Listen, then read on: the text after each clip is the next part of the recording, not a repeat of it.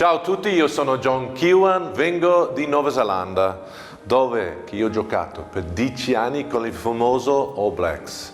Ho fatto 36 mete, 96 presenza, però la partita più difficile per me è stata la mia lotta personale contro la depressione mentale. Ogni anno 1 milione di gente in tutto il mondo si soffre di questo problema, ma non troviamo coraggio di parlare. Sai, questa è una malattia che ti porta ad essere triste, senza fiducia in te stesso, un po' egoistico perché devo solo lottare per passare 1 minuto, 10 minuti, 1 ora. Sai, quando io giocavo a rugby, se facevo male alle gambe, andavo a vedere il fisioterapista. Perché non troviamo coraggio, anche quando stiamo male di questa malattia, di andare a un psicologo?